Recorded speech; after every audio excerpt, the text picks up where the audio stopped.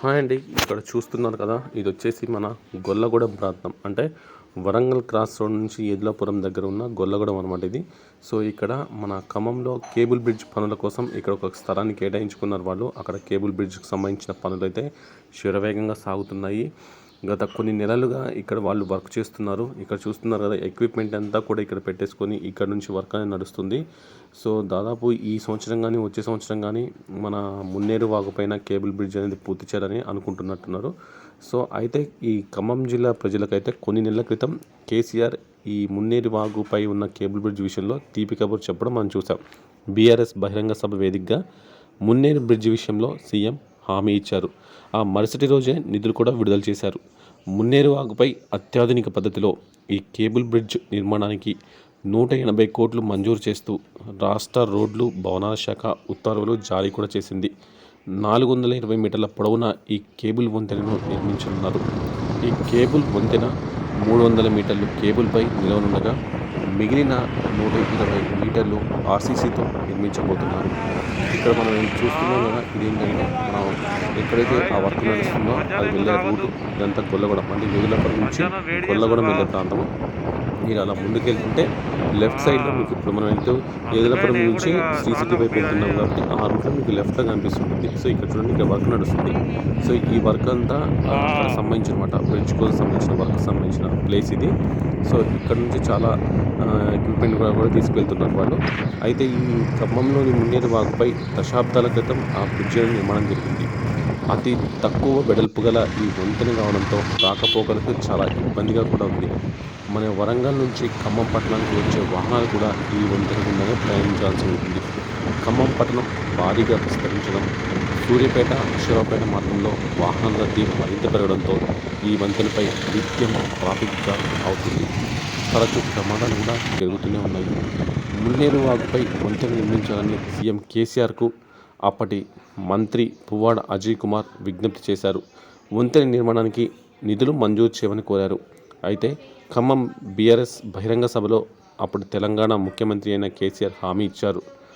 అన్నట్టుగానే నిధులు కూడా విడుదల చేశారు. కొన్ని నెలల క్రితమే ఈ పనులు కూడా మొదలయ్యాయి. కొత్త ప్రభుత్వం వచ్చినా కూడా ఆ పనులు మాత్రం శరవేగంగానే సాగుతున్నాయి.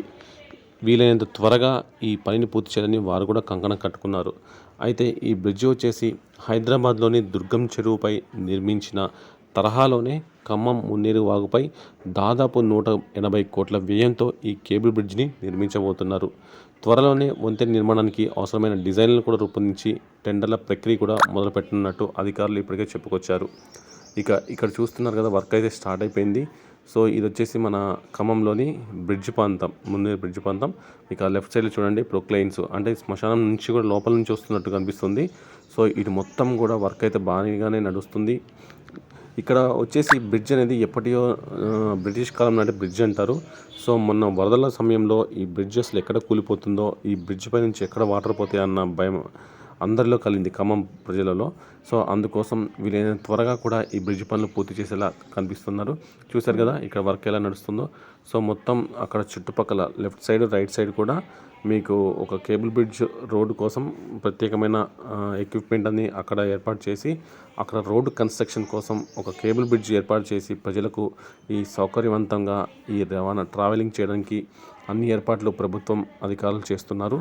తెలంగాణ ప్రభుత్వం ఇప్పుడు దీనిపై చాలా భారీగానే ఖర్చు పెట్టబోతున్నట్టు కూడా తెలుస్తోంది. దాదాపు ఈ మున్నేరు బ్రిడ్జ్ వచ్చేసి చాలా ఏళ్ల క్రితం నిర్మించింది కావడంతో ఇప్పుడు కూలిపోయే స్థితికి వచ్చింది ఇది కూడా. కాబట్టి అందుకే వీలైనంత త్వరగా పూర్తి చేయాలని కంకణం అయితే కట్టుకున్నారు. సో పనులు మాత్రం చాలా శరవేగంగా అయితే సాగుతున్నాయి. ఇంకొకటి ఏంటంటే, సో ఈ బ్రిడ్జ్ నిర్మాణం కోసం అంటే రోడ్డు వైండింగ్ కూడా చేస్తారేమో మేబీ. సో చుట్టుపక్కల ఉన్న పెద్ద పెద్ద చెట్లు కూడా కూల్చివేస్తున్నారు. సో ఇది కొంత ఖమ్మం ప్రజలకు కొంచెం బాధను కలిగించిన, కాకపోతే తప్పని పరిస్థితుల్లో దాన్ని అలా చేయాల్సి వస్తుందట. చూశారు కదా, ఈ లెఫ్ట్ రైట్ చాలా పెద్ద పెద్ద చెట్లు ఉండేవి.